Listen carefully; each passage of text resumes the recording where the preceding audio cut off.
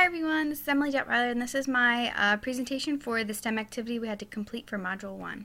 So I first started with the questions that we had to ask, and the question of how can I see above the crowd without standing on top of anything. And so that kind of got my brain thinking of different other things that I could be thinking about and asking questions, which is what can I do so that I can see but not be invasive to other people around me.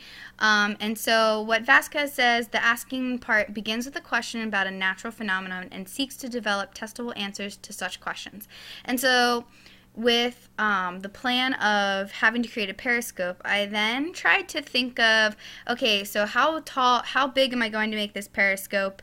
And so that kind of led me to this third question I asked myself: how tall is the average man/woman? Because I don't want my periscope to be too tall so people behind me couldn't see. So that's how I came about with an average man is 5'10" and a woman is average of 5'4". So I knew I had to keep my wanted to keep my periscope not bigger than more than a foot. Since I am 5'3", I knew it would be a good height to go off of. So then the next process was to imagine. So we were asked to design a periscope, which is an optical instrument for viewing objects that are above the level of direct sight. And then this is used. The imagine stage is used for making predictions that can be tested.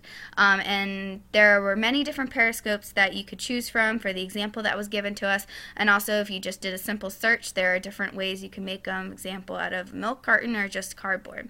And so the planning stage, I started asking, where should I start? What kind of materials do I need? How do I want to make my periscope? And what are the things that I have that I can use, or what do I need to buy? And the planning part really determines procedures and identify variables according to Vasquez. So here are the pictures of the process. So I started with all my materials. I did it a little differently than in the example that we were given.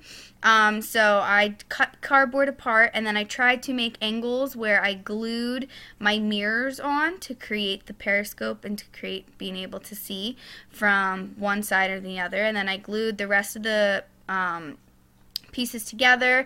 And then at this picture I tried to show you, I took a picture inside the periscope so you could get a better view of what I saw.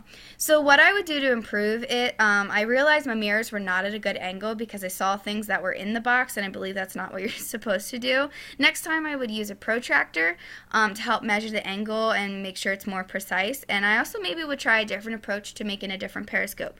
I used one way, and again, there's many ways, and I think that's really important for us to realize and to help communicate to our students that there's not always just one way to be able to solve a problem. Thanks guys for watching. Look forward to seeing what else you guys are going to post.